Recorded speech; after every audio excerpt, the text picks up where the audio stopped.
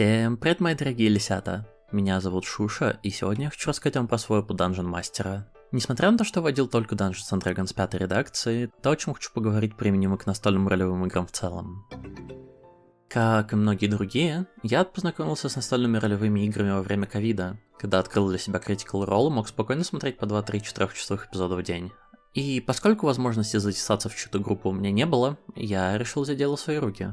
1 января какого-то года я написал друзьям и предложил им провести ваншот. Среди них опыт игры был только у одной, но проблем-то не вызвало, так как самая сложная часть ДНД — это создание персонажа, и с ней можно разобраться вместе.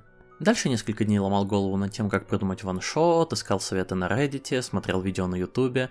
Это та еще кроличья нора. И нет, я не хотел брать ни один из 300 миллионов рекомендованных, проверенных, написанных кем-то другим ваншотов. Тем не менее, спустя пару вечеров все, что мне нужно, было готово. В реальности, для отличной игры нужно было всего ничего. Завязка в духе «Вас наняли выполнить работу X», в моем случае это была курьерская работа. Доставьте исследователям в руины некоторую шнягу. Таверна и пара персонажей, которые могут сообщить информацию игрокам. В моем случае это были дварф-исследователь, который вел пати в курс дела, и полуорг-кузнец, который предупредил группу об опасностях местного леса. И, конечно же, пачка монстров, которая бросается на персонажей, стоит им только покинуть город. Кто-то может считать, что начало в таверне — это клише, и так оно и есть, но это клише чертовски полезно. Дайте игрокам познакомиться в комфортной атмосфере, осторожно окунуть пяточки в океан отыгрыша, покажите им, как делаются проверки. Может, герой услышит разговор за соседним столом? Может, кто-то узнает что-то об истории вина, которое подают здесь? А может, кто-то просто попытается срезать кошелек или уломать хозяйку на скидку? Еще лучше будет, если наоборот. Кто-то срежет кошелек у игрока или начнет расспрашивать местного тифлинга, откуда он такой красивый взялся. Заставьте игроков реагировать на ваш мир. Если игроки слишком засидятся, подведите к ним персонажей, которые скажут: «О, это же вас сюда прислали, давайте я расскажу, куда вам надо идти». Помните, как мастер, вы управляете временем, и периодически это значит, что игроков надо толкать вперед. Но иногда наоборот, дать им попинать балду. Это не так сложно, как кажется на словах. Но если вам нужен практический совет, отводите на социальные сцены конкретное время. Полчаса, 40 минут, больше-меньше. И если игроки все еще будут заниматься своими делами, двигайте их вперед. Очень удобная фраза в духе: если ни у кого нет никаких заявок, я так понимаю, вы покидаете горцующего дельфина и отправляетесь в сторону древних руин. Заявка — это термин, который сначала казался мне ужасным канцеляритом, но на деле оказался удобным инструментом. Мол, «Хей, у меня есть заявка, можно я расскажу, что мой персонаж хочет сделать?» В любом случае, стоит нашим героям покинуть город, как бац! Шайка гнолов набрасывается на путников, чтобы забрать их богатство и, возможно, жизни. Морально готовьтесь, что в любой системе первый бой займет больше времени, чем вы ожидаете. Вспомните, как в первый раз запускали Baldur's Gate 3, и у вас взорвался мозг от обилия кнопок. Тут будет так же. Поэтому не стесняйтесь подсказывать игрокам, напоминайте их способностях, или о том, что, может быть, стрелять из лука вблизи может быть плохой идеей. В самом начале интересный бой сделать сложно, да и не то чтобы нужно. Вы можете просто разнообразить монстров. Дайте 2 гнолам копья, 2 луки, 5-го сделайте шаманом-задохликом и киньте туда еще ручного медведя. Может, кто-то из игроков захочет приручить эту зверюшку, а? И где-то здесь кончилась моя первая игра как мастера. Да, все 4 часа с чем-то ушли на то, чтобы познакомиться, посидеть в таверне, пообщаться с персонажами, подраться разочек с гнолами и все. Я до сих пор помню, как мой мозг в конце сиял от радости и количества нового жизненного опыта. Да, первые полчаса все ломались и стеснялись, но как только кто-то первый сбрасывает такого кринжа, легче становится всем. И самое главное, ты можешь так же.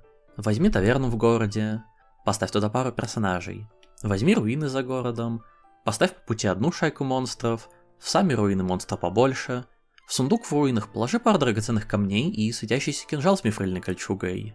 К тому же, может, игроки найдут в этих руинах реликвию давно разрушенной империи, или ужасающее пророчество, выгравированное на каменной табличке. Вдруг вы захотите продолжить игру? Настольные ролевые игры отличаются своей бесконечной гибкостью, поэтому с использованием одного и того же набора правил люди могут создавать совершенно разные истории. В случае ДНД, в одной группе может быть приземленное и мрачное средневековье, где ночь темна и полна ужасов, а в глубоких лесах твой крик никто никогда не услышит. В другой же группе яркая и сказочная история про героических искателей приключений, полная невероятного и странного. Одни герои могут жить сражениями, другие исследовать неизведанные земли, третьи участвовать в дворцовых интригах.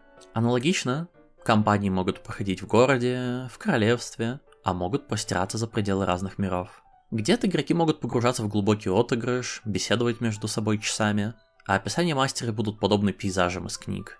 Но где-то будут царить лаконичность и быстрый темп. Все это можно представить как набор из десятков переключателей, слайдеров, кнопочек, которые вы все можете подстроить под себя.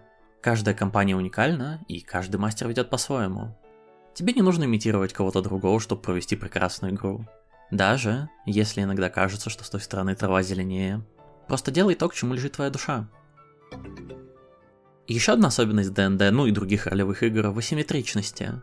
Кто-то один берет мантию мастера, а с ней мириад возможностей и обязанностей, свобод и ответственностей. И этот груз ответственности может быть крайне тяжелым. Не помогает и то, какую планку зададут профессиональные мастера, для которых вести игру — это полноценная работа. Но таких единицы. И для обычного мастера игра должна быть развлечением, а не дамокловым мечом. Я до сих пор регулярно загоняюсь из-за того, что плохо провел игру, что-то забыл, где-то запутался, еще что-то. Но все это не важно, если было весело. Но про весело мы поговорим чуть позже. Я хочу сказать, что если вы решили вести ДНД, вы уже оказали огромную услугу другим игрокам. Да, ответственность за подготовку игры все еще лежит на ваших плечах, но ответственность за саму игру лежит на всех сразу. Хорошие игроки могут вести заметки, пересказывать события прошлых игр, помогать с организацией партий. Поверьте, найти время, когда 5 взрослых работающих человек могут провести вечер за игрой, это 8-е чудо света. И что касается подготовки к игре, очень важно расставить приоритеты. Лучше сначала расписать краткий план на игру и подготовить пару боевых сцен, а потом уже часами листать интернет в поисках идеальной боевой карты, иллюстраций, разбираться в тонкостях ценообразования в тавернах, ценах на мясо и так далее, так далее, так далее, так далее. Плюс есть много полезных ресурсов, которые очень сильно могут сократить время подготовки к игре. Я оставлю ссылки внизу. Если вы, как и я, были тем самым ребенком и большую часть жизни испытывали трудности в общении с другими, социализацией, публичными выступлениями и прочим, у меня для вас есть две новости. Во-первых, в ДНД придется делать все это по 3-4 часа подряд. А во-вторых, ДНД — это прекрасная возможность проработать эти вещи и стать в них лучше. Лично мне ведение ДНД помогло лучше выступать на докладах и более уверенно держаться при общении с другими. Чуточку уверенности в себе приводит к огромным результатам. Как я сказал выше, в ДНД можно играть по-разному. Это касается и мастера, и игроков. У всех есть разные желания относительно игры, у всех разное весело. Одним важна драма, другим эффективность в бою, третьим — изучение, исследование фэнтезийного мира.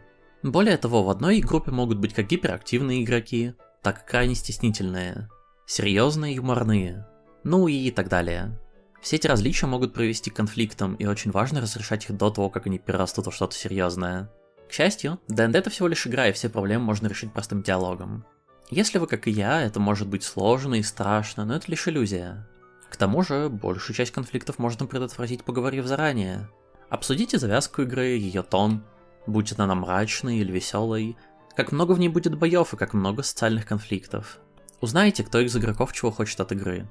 Поставьте игре условный рейтинг, как у фильма, а заодно узнайте, может кто-то из игроков против сцен чрезвычайного насилия, сексуального характера, еще чего-то. Настольные ролевые игры становятся гораздо лучше, когда всем игрокам комфортно, а комфорт, в свою очередь, зависит от доверия игроков друг к другу и к мастеру. Настольные ролевые игры — это очень богатый жанр, и ДНД — лишь маленький кусочек гигантской пиццы. Возможно, вас устраивают подземелья и драконы, и это нормально. Но, как я сказал выше, разные игроки и разные мастера могут интересоваться абсолютно разными вещами. И разные игры делают разные вещи по-разному. Возможно, вам будет веселее играть в игру с более глубокими и проработанными механиками. В таком случае посмотрите на вторую редакцию Pathfinder. Или наоборот, вам нужен минимум правил и максимум свободы. Fate Core к вашим услугам. Хотите хоррор, мрак, ужас? Зов Ктулху крайне популярен. Может, вы хотите пилотировать 10-метрового робота и быть суровым космическим наемником? Позвольте рассказать мне вам про Лансер. А если Final Fantasy и Dragon Quest вам дороже, чем Baldur's Gate и Neverwinter Nights, посмотрите на Fable Ultima. Я лишь недавно начал интересоваться другими играми и очень жалею об этом. Не потому что одни игры строго лучше других, но потому что из каждой игры можно подцепить что-то новое и интересное. Представьте человека, который всю жизнь играл в Call of Duty, не слышал о других играх, и весь жанр отождествляет с одной игрой.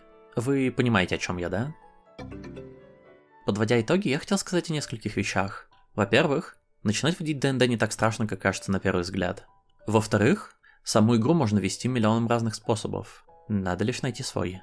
В-третьих, мастер такой же игрок, как и остальные, поэтому нужно избегать превращения хобби в работу. В-четвертых, благодаря ДНД можно стать гораздо лучше в общении с другими. В-пятых, ДНД это не единственная настольная ролевая игра, и я рекомендую вам хотя бы по диагонали, но ознакомиться с другими системами. Этот набор тезисов несколько рандомен, но сама тема настольных ролевых игр настолько необъятна, что очень трудно понять, с чего начинать. Ну и поэтому я начал с первого, что пришло мне в голову. Я не хотел начинать с руководства, как начать водить ДНД, но кто знает, может я это сделаю. Если есть тема, о которой вы бы хотели услышать, дайте мне знать. В любом случае, спасибо всем, кто добрался до финала. Всем фыр, всех люблю, и до новых встреч. Peace out. И спасибо огромное всем, кто поддерживает меня. Кот, Фурнек, Злако, Таро, Лиса, Муги, Дефин, Лин, Рэй, Джуками. Всем спасибо большое.